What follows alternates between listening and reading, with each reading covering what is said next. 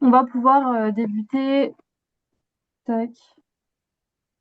Je vous rappelle un petit peu le topo de la table ronde. Donc là, on est vraiment dans l'accueil, voilà l'introduction. On va débuter là dans les minutes à suivre la table ronde. Donc continuité d'un parcours ingénieur ou reconversion professionnelle. Vous découvrirez les parcours des intervenants qui ont accepté d'y prendre part ce soir. Et une session questions-réponses à la fin est prévue. Donc, je vous invite à écrire vos questions ou vos remarques si vous en avez durant les échanges entre la maîtresse de cérémonie et les intervenants dans le chat, ou à prendre la parole au moment voulu pour ne pas trop perturber les échanges de la table ronde. Voilà. Et ensuite, on pourra clôturer l'événement dans le temps imparti. Euh, Très rapidement, je vous rappelle un petit peu l'association UTC Alumni. Nous sommes comme vous savez, l'association des alumni de l'UTC, des anciens étudiants de l'UTC. Et c'est par le biais de vos cotisations qu'on peut continuer à organiser ce genre d'événements, poursuivre dans d'autres services et d'autres animations. Donc pensez-y, si ce n'est pas encore fait, d'adhérer à l'association, c'est très important et ça permet aussi de valoriser votre diplôme de l'UTC et voilà, de continuer à organiser ce genre d'événements sur le long terme. Donc voilà, on va pouvoir lancer la table ronde. Je vais laisser la parole à Juliette, notre maîtresse de cérémonie. Eh ben, bonjour à tous ou bonsoir à tous, suivant où vous êtes dans le monde. Donc aujourd'hui, on va parler de trajectoire, de parcours qu'on n'avait pas forcément anticipé en sortant de l'UTC, qui nous ont menés plus loin que prévu, géographiquement, mais aussi professionnellement. L'UTC nous a formés à résoudre des problèmes et quelquefois, en fait, on, on adapte ça à notre propre vie à l'étranger parce qu'on évolue dans un environnement différent, on travaille dans une langue différente et vous allez le voir ce soir, on travaille, on fait un autre métier. Donc c'est ce qu'on va explorer ce soir avec nos 5 invités qui ont tous en commun d'avoir à un moment donné quitté la France, mais dont les histoires, vous allez voir, sont très différentes. Certains exercent toujours le métier d'ingénieur et d'autres ont pris des chemins de traverse. Donc, ils vont nous expliquer tout ça. Donc, je vous propose d'abord un premier tour de table. Donc, je vais prendre comme ça dans l'ordre dans lequel j'ai les vignettes devant moi. Si vous voulez me dire, chers invités, votre branche, votre date de sortie de l'UTC, les pays dans lesquels vous avez vécu et ce que vous faites aujourd'hui en quelques mots. Donc, Sébastien, t'es le premier, je te laisse la parole. Ok, bonjour tout le monde, je suis Sébastien, GM en année 2000. Je suis actuellement directeur des ressources humaines et juridiques pour un groupe agroalimentaire panafricain de 8000 personnes.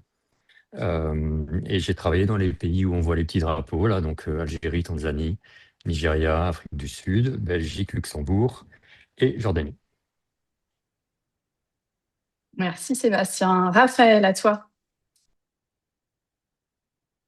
Bonsoir à tous. Donc pour ma part, je m'appelle Raphaël, j'ai été diplômée de la branche GB donc en 2019 et j'ai évolué dans 2 pays de l'Afrique australe, donc sont l'Afrique du Sud et la Zambie, pour un groupe français de restauration aérienne New West. Et je suis actuellement en transition professionnelle de retour en France en vue d'un futur nouveau projet d'expatriation encore. Merci Raphaël. Dominique, c'est à toi. Merci. Donc moi, je suis diplômée filière biomédicale 1983. J'ai eu l'opportunité de travailler dans beaucoup de pays. Là, j'ai qu'un drapeau, mais c'est juste le dernier. J'ai eu l'opportunité de travailler en France, évidemment, un petit peu, au Royaume-Uni, en Autriche, en Allemagne, en Belgique et aujourd'hui aux États-Unis. C'est là que j'habite en ce moment. J'ai principalement développé une expérience dans la transformation de procédures et de systèmes au sein de grandes entreprises internationales. C'est une des raisons pour laquelle je finis ma carrière aux États-Unis, puisque c'est quand même au niveau taille là où on trouve les plus grands projets. Voilà. Merci Dominique.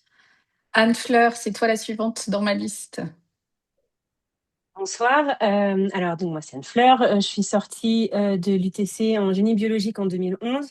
J'ai fait une spécialité en bioméca et biomatériaux et un mineur en communication scientifique. Et puis là, je vous parle du Colorado aux États-Unis.